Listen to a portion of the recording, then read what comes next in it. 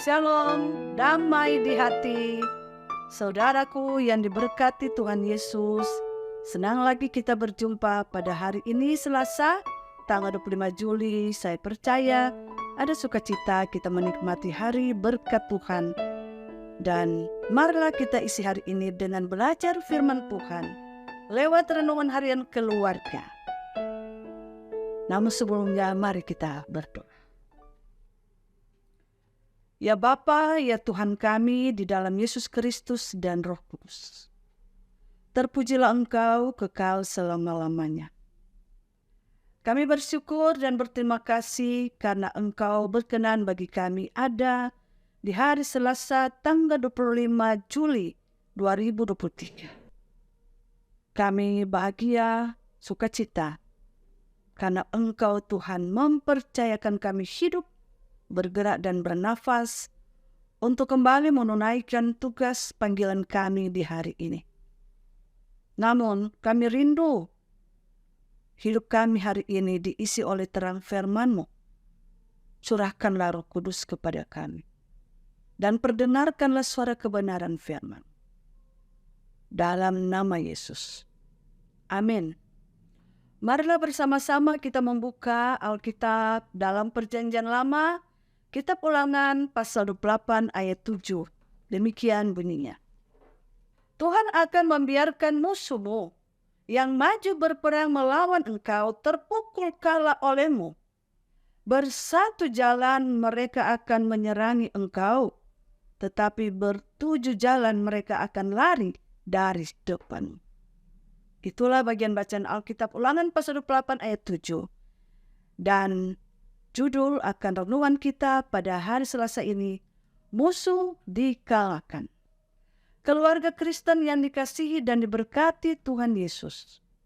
Musuh artinya lawan, seteru, bandingan, tandingan, sesuatu yang mengancam kesehatan, keselamatan, yang merusak. Musuh bisa juga berarti manusia atau apapun yang menjadi lawan, seteru, dan yang mengancam atau merusak kehidupan kita. Virus corona yang membatasi kehidupan kita selama masa pandemi ini bisa dianggap sebagai musuh. Segala bentuk kejahatan yang mengancam, menimbulkan rasa tidak aman, dan merusak bagi kehidupan adalah musuh kita. Semua ini masih kita temui setiap hari dan menimbulkan kekhawatiran, kecemasan, dan ketakutan menggoncang iman kita. Yang kemudian tetapi teks bacaan hari ini menyatakan kepada kita bahwa Tuhan Allah akan membiarkan musuhmu terpukul kalah olehmu. Kata terpukul kalah olehmu dalam teks bahasa Ibrani adalah nikapin, lepanika, yang sebenarnya lebih tepat jika diterjemahkan sebagai dikalahkan di hadapanmu. Dikalahkan di hadapanmu. Sehingga kita akan mengerti bahwa sesungguhnya yang mengalahkan musuh manusia adalah Tuhan Allah, bukan manusia. Sebab Tuhan Allah yang berkuasa atas apapun di muka bumi ini. Semua musuh, segala bentuk kejahatan, tantangan, rintangan, pergumulan bisa saja datang menghadang. Tetapi teks Alkitab ini juga menyatakan bahwa bertujuh. Sekali lagi bertujuh dalam bahasa Ibrani, ubesip, dari kata seba, tujuh. Mereka akan lari dari depanmu. Angka 7 bermakna semua, segala sesuatu atau keseluruhan. Artinya tidak ada musuh yang dapat bertahan. Semuanya akan dikalahkan, diruntuhkan oleh Tuhan Allah yang berkuasa. Tidak ada apapun di dunia ini yang dapat menghadapi kemahakuasaannya.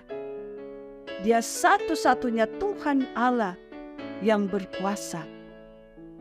Keluarga Kristen yang dikasihi dan diberkati Tuhan. Orang Kristen mendengarkan perintah Tuhan Allah yang membaca dan merenungkan firman dalam Alkitab setiap hari akan memiliki pengetahuan tentang segala perbuatan ajaib Tuhan Allah yang Dia kerjakan bagi kita sebagai umat-Nya.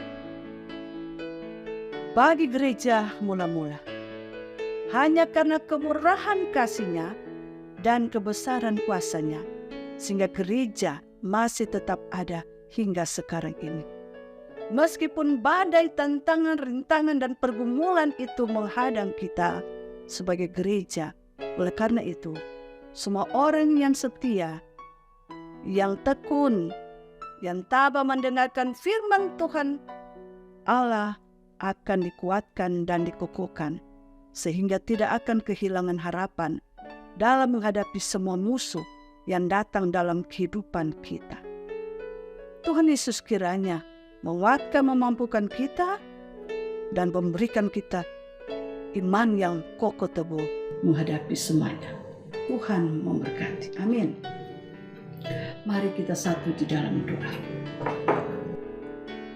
Ya Bapa pengasih, pemurah, panjang sabar, dan berbelas kasih, pada saat ini kami memohon kepadamu. Engkau tetap karuniakan kami iman yang teguh kokoh di dalam kami menghadapi berbagai-bagai tantangan, rintangan, kejahatan, bahkan musuh yang datang dalam kehidupan kami. Tolonglah Tuhan, kuasai kami dalam Roh Kudus, bimbing kami sekalian. Dan tolong bantu kami juga, supaya bagi mereka yang dalam pergumulan sakit, baik yang sedang dirawat di rumah sakit, bahkan yang dirawat di rumah mereka masing-masing, mohon Tuhan Yesus Kristus datang melawati mereka, menjamah dan menyembuhkan, memulihkan mereka, mengangkat segala musuh penyakit dalam tubuh mereka, sehingga pemulihan ilahi terjadi bagi mereka. Mereka mendapatkan damai sejahtera. Tambah-tambahkan kekuatan iman mental bagi mereka. Dan bagi kami semua, jemaat dan siapapun yang mengikuti ibadah renungan harian keluarga lewat channel YouTube Maranatha Paslatan Tomohon, diberkatilah mereka Tuhan. Dijaga, dipelihara sebagai biji mata Tuhan. Di dalamnya ada jemaat kami Maranatha Paslatan kolom 1 sampai kolom 27. Bersama pelayan khusus perangkat pelayanan gereja Tuhan, tim multimedia yang bekerja keras menyebarkan firman Tuhan lewat multimedia siaran yang sedang kami ikuti hari demi hari. Tuhan berkati semua. Jagalah kesehatan kami, dan biarlah kami tetap berimankan Engkau dalam suka dan duka, dalam pahit manis kehidupan ini, kelimpahan dan kekurangan, sakit dan sehat. Kami andalkan Engkau, hidup kami hanya bergantung kepadamu Bapa, pencipta langit dan bumi, dan kita semua.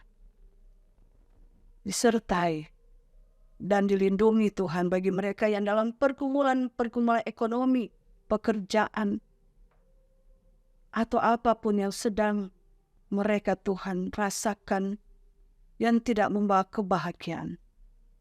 Di dalamnya musuh-musuh yang menghimpit kehidupan mereka. Tuhan bebaskan mereka itu dari ketakutan, kecemasan, kekhawatiran, kegelisahan.